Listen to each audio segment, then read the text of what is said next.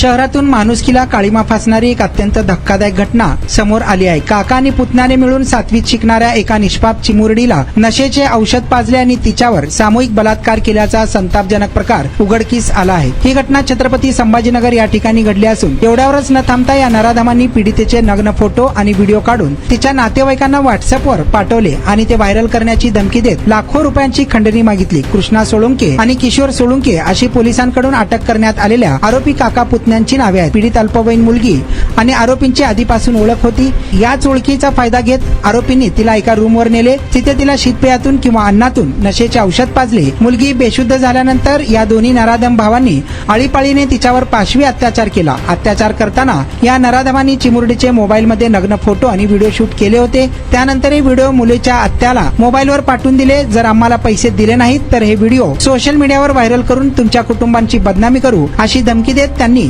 खंडणी मागण्यास सुरुवात केली होती। या प्रकारामुळे पीडितेचे कुटुंब पुरते हादरून गेले आहे।